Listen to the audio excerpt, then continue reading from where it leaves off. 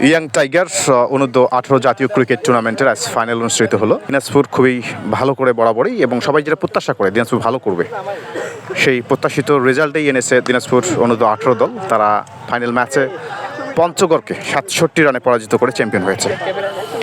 এই চ্যাম্পিয়ন দিনাজপুর দলের মাহির ইসলাম ইতিমধ্যেই বাংলাদেশ জাতীয় ক্রিকেট টিম অনূর্ধ্ব-17 দলে খেলে ফেলেছেন। অনবদ্য পারফরমেন্স, মাহির ইসলাম অনুভূতি কীরকম? আসলে অনুভূতি তো অবশ্যই ভালো, চ্যাম্পিয়ন হতে পারে আর কি, অনেক ভালো লাগতেছে। আমাদের মেইন টার্গেট ছিল আর কি চ্যাম্পিয়ন হওয়ার উদ্দেশ্যে আমরা মাঠে নামছিলাম প্রথম ম্যাচ থেকে। আনফর্চুনেটলি প্রথম ম্যাচটা আমরা হেরে গেছি, কিন্তু পরে আমরা অনেক ভালোভাবে কামব্যাক করতে পারছি। এটা আমাদের টিমের জন্য অনেক ভালো। প্রথম ম্যাচ হারার পরও আমরা অনেক কনফিডেন্ট ছিলাম আর কি, যে আমরাই পারবো। তো আমরা সাকসেস হয়েছি, এটার জন্য অনেক ভালো লাগতেছে, আলহামদুলিল্লাহ। আরও একজন well performer Habibur Rahman Habib, bowling allrounder, 7 wicket নিয়েছেন এবং সঙ্গে 60 রান। হাবিবুর রহমান, এই যে চ্যাম্পিয়ন দিনাজপুর বরাবরই হয়, সম্ভবত গত 16 টুর্নামেন্টের চ্যাম্পিয়ন আপনারা, কেমন লাগতেছে?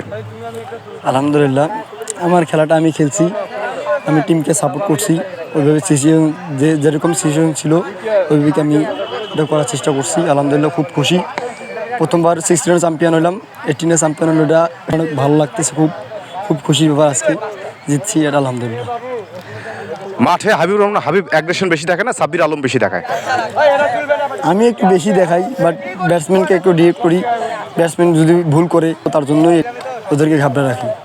তাই মাহির ইসলাম, আজ তো দল বিপর্যয়ে পড়েছিল, যে মুহূর্তে নেমেছেন সম্ভবত 5 উইকেট চলে গেছিল আপনার দলের এবং সবুজ উইকেট কিপার ব্যাটার অসুস্থ। ওই মুহূর্তে যে ইনিংসটি খেললেন 28 রানের একটি ইনিংস 27 বলে, সঙ্গে বোলিং পারফরমেন্স 6 উইকেট। এই যে এত গুরুত্বপূর্ণ একটা ম্যাচ, ফাইনাল ম্যাচ, টেম্পারমেন্ট ধরে খেললেন। টেম্পারমেন্ট ধরে রাখার এই গ্রুমিংটা কী করে আপনাদের? আসলে ছোট থেকেই পেশার বলতে কোনো পেশার আর কি পেশার মনে হতো না, সব সিম্পল। ফাইনাল ম্যাচ এটা আমার মাথায় ছিল না, আমি জাস্ট আমার নিজের খেলাটা খেলছি। নিজের উপর কনফিডেন্স ছিলাম যে আমি যতক্ষণ উইকেটে থাকবো রান ইনশাল্লাহ হবে। টুর্নামেন্ট চ্যাম্পিয়ন দলের দুজন পারফরমারের সঙ্গে কথা বললাম, মাহির ইসলাম এবং হাবিবুর রহমান হাবিব।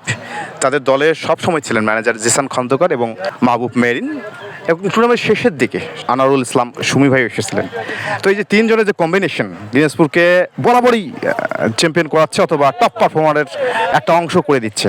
দিনাজপুর ক্রিকেটের যে অগ্রগতি, তাদের তো অবশ্যই অবদান রয়েছে। সেক্ষেত্রে আপনাদের এই এজ গ্রুপ ক্যারিয়ারে তাদের প্রভাব কীরকম? আসলে ছোট থেকেই আমাকে কিন্তু মেইন ভাই প্র্যাকটিস করে। তো মেইন ভাই আমার আর কি ভুলের দিক কোনটা বা আমি কোনটা ভালো পারি, আমার স্ট্রেংথ সম্পর্কে খুব ভালো জানে আর কি।